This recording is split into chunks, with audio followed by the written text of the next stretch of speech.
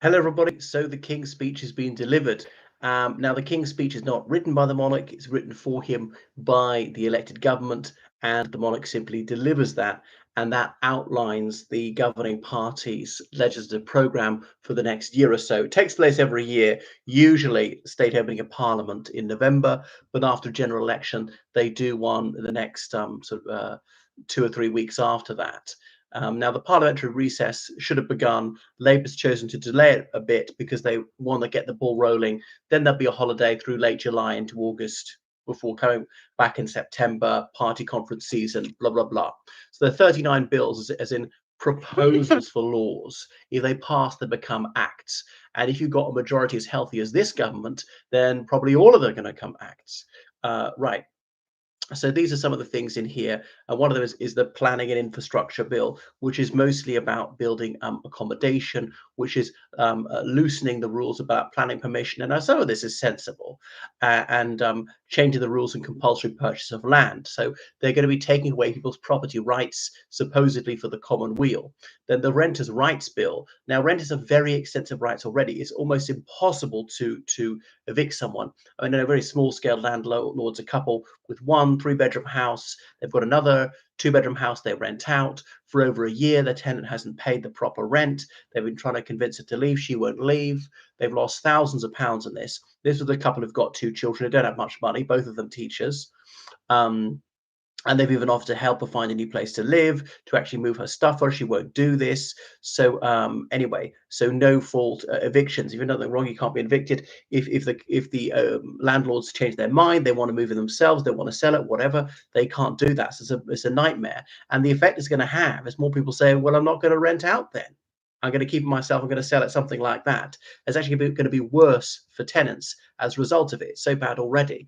And by the way, these people who are complaining that the extant situation was terrible, they're both leftists. They're both anti-conservative Labour or Liberal Democrat voters. So the Leasehold and Commonhold Reform Bill, and that will mean there's no more ground rent for people who are already leaseholders, and it will mean that there's no forfeiture. Leaseholders will no longer have at risk losing their house over small unpaid debts. Now, that might seem alluring enough, but why on earth would you pay off your debts if they're not going to be repercussions? And another point, why would you lend things, provide services if there's going to be no enforcement? So it's going to be impossible, and actually fewer services are going to be extended to people. So it's just ill thought through this. Anyway, the Labour touted their state-owned energy investment generation company they're going to establish called GB Energy, and that's going to be set up under the Great British Energy Bill. We'll see how that goes. So a national wealth fund bill that's one of the other propositions, and the aim is to fund a fund which is going to invest more than £7.3 billion over the next 5 years in infrastructure and the green industry. I mean, that really is a drop in the ocean, though, considering that the UK's national budget is something like £1.3 trillion a year, and this 7.3 billion pounds over 5 years. That's maybe not even 1.3 billion pounds per annum. Okay, but it's something. It's better than nothing. The Water Special Measures Bill, this will say that the bosses of private water companies will be personally liable if they break the laws. And it will allow the water regulator more extensive powers to forbid bonuses. Now, I do have some sympathy with this one because water companies are sometimes polluting rivers and they're not paying the price. So it's not the company's going to be liable. You, the director, the executive, is going to come out of your pocket. Is your house will be forfeit. They'll distrain your goods, your bank account will be emptied, you'll be bankrupted. So you will take it a lot more seriously. The trouble is, it might be very difficult to find people, directors or executives of these companies, if they've got this liability, which I think is unlimited.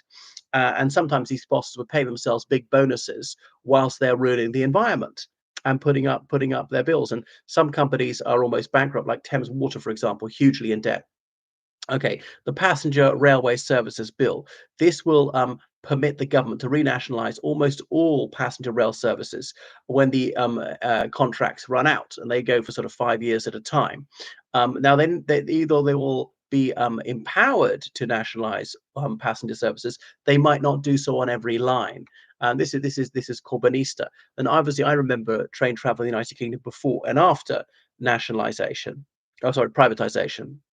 in some ways better, in some ways worse. I mean, the trains were dirty and so on, but it was much cheaper in real terms back in the 90s. I mean, the trains, the rolling stocks got better, but we don't need it that much better.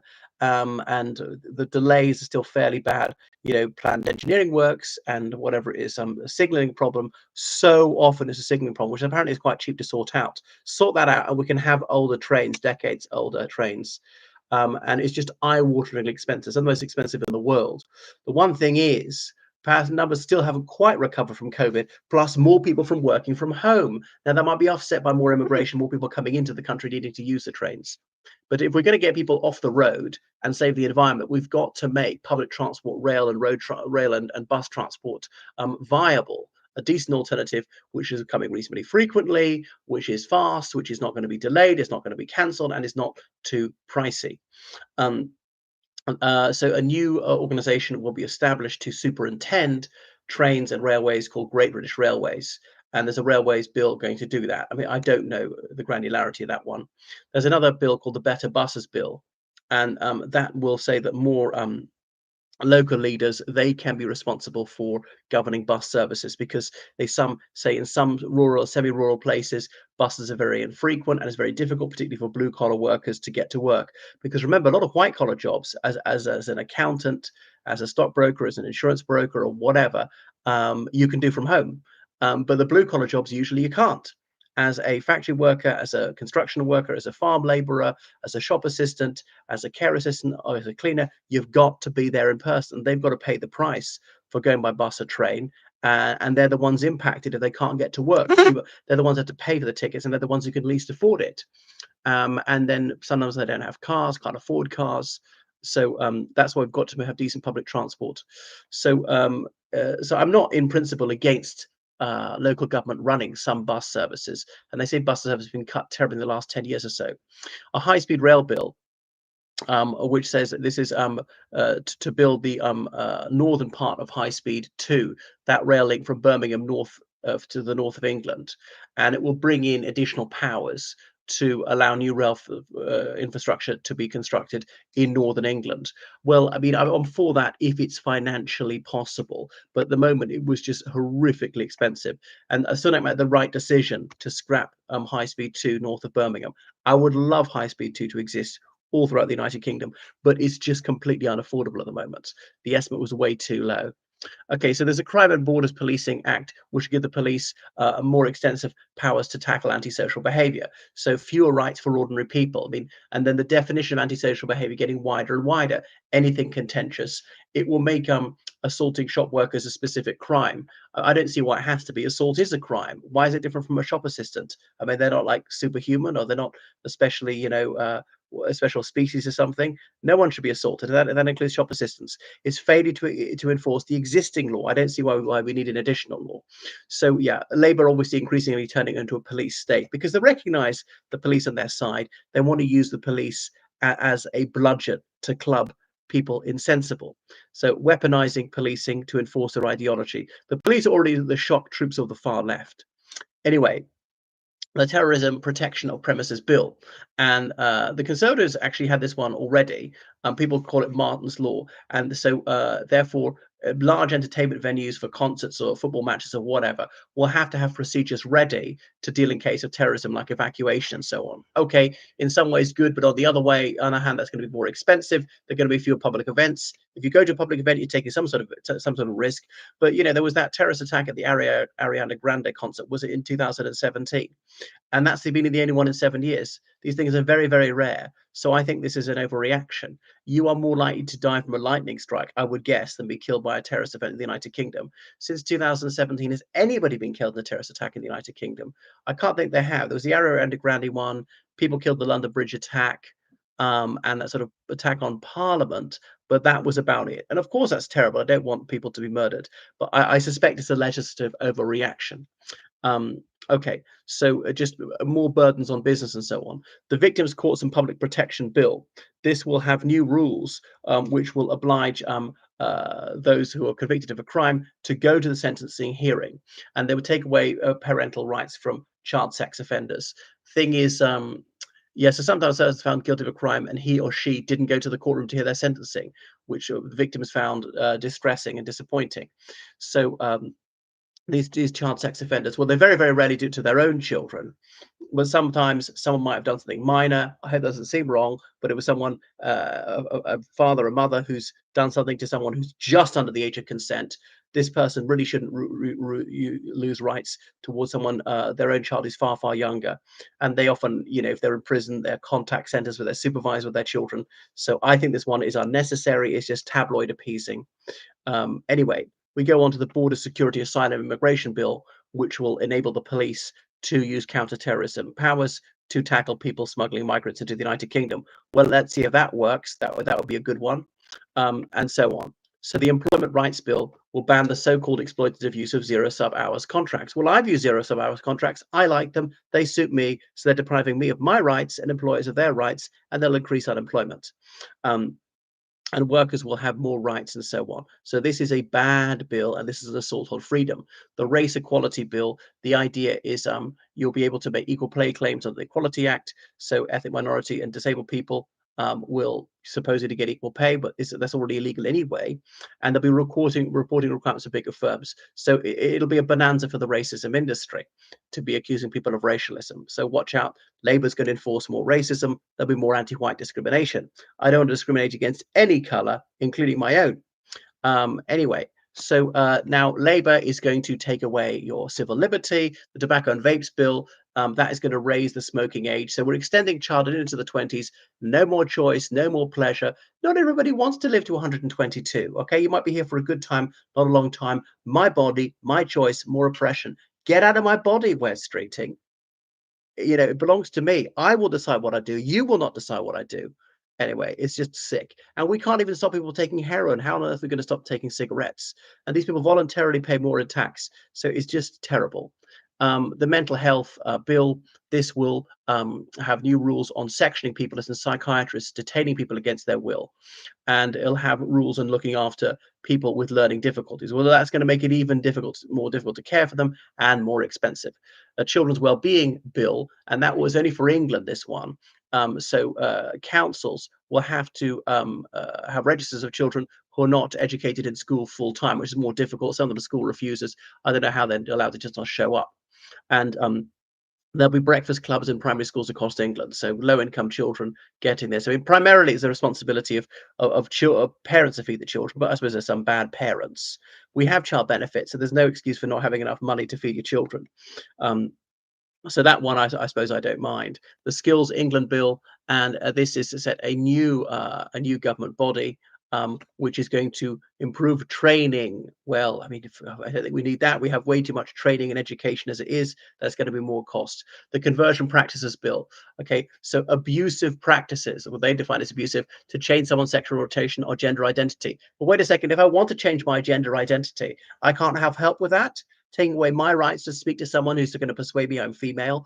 If I want to be gay, that I can't go to someone who's going to help me transition to being homosexual. This is preposterous. Again, it's an assault on civil liberty. It's taking away people's rights. It's imposing their spiteful, bigoted, and cruel ideology on everybody else. So yet more Labour oppression. And I remember arguing with the letters, but what if they're forced? Well, forcing it is a crime, so it shouldn't be doing. But what if they're forced? Well, what if they're not forced? And she wouldn't even engage with that possibility. The Digital Information and Smart Data Bill. This will enable people to use a digital IB to purchase age-restricted products. Okay, and a way to verify you before you get a job. Well, I don't particularly object to that one. The Cybersecurity and Resilience Bill. This will have rules about how they're going to protect critical infrastructures from attackers. And we really need that with all these Russian cyber attacks. That's one of the few bills here I applaud. Even Labour get things right occasionally.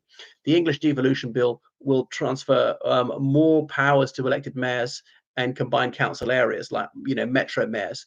Well, I disagree with that excessive localism. I believe in the United Kingdom. I mean, I would reverse devolution if I could. Okay, so and to get rid of the remaining hereditary peers in the House of Lords. Well, people have been talking that for over a century. Labour thought about doing it in the 1960s, didn't. 1999, Blair got rid of 9 or 10 hereditary peers, and it appears they're going to do so, but surely not a priority. Surely we have far more pressing things to do. The House of Lords is satisfactory as it is. So I wouldn't tinker with that one. And that's really not what people voted for. People care about. That's not a bread and butter issue. It's a waste of time.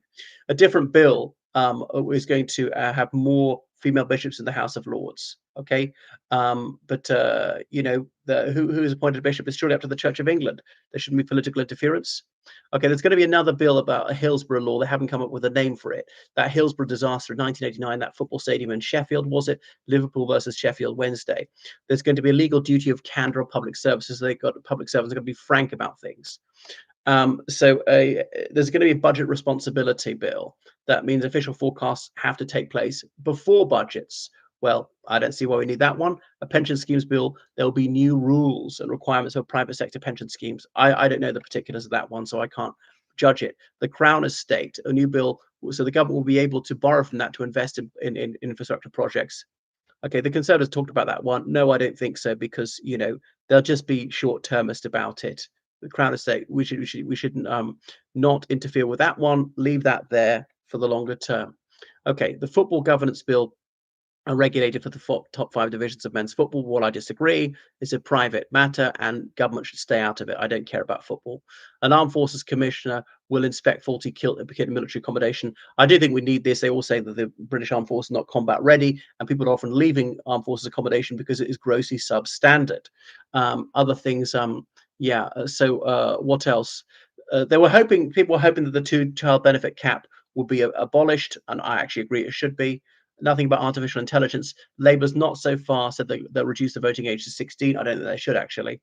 I mean, on the one hand, I think, well, give more rights to teenagers and we shouldn't be kind of treating them as children. That one I don't particularly agree with. I'm not completely against it. I'd rather we do that than extending childhood into the 20s. A retirement age of 80 in the House of Lords, that they haven't done that, actually. And there was something else I think they might do, but they haven't done so far.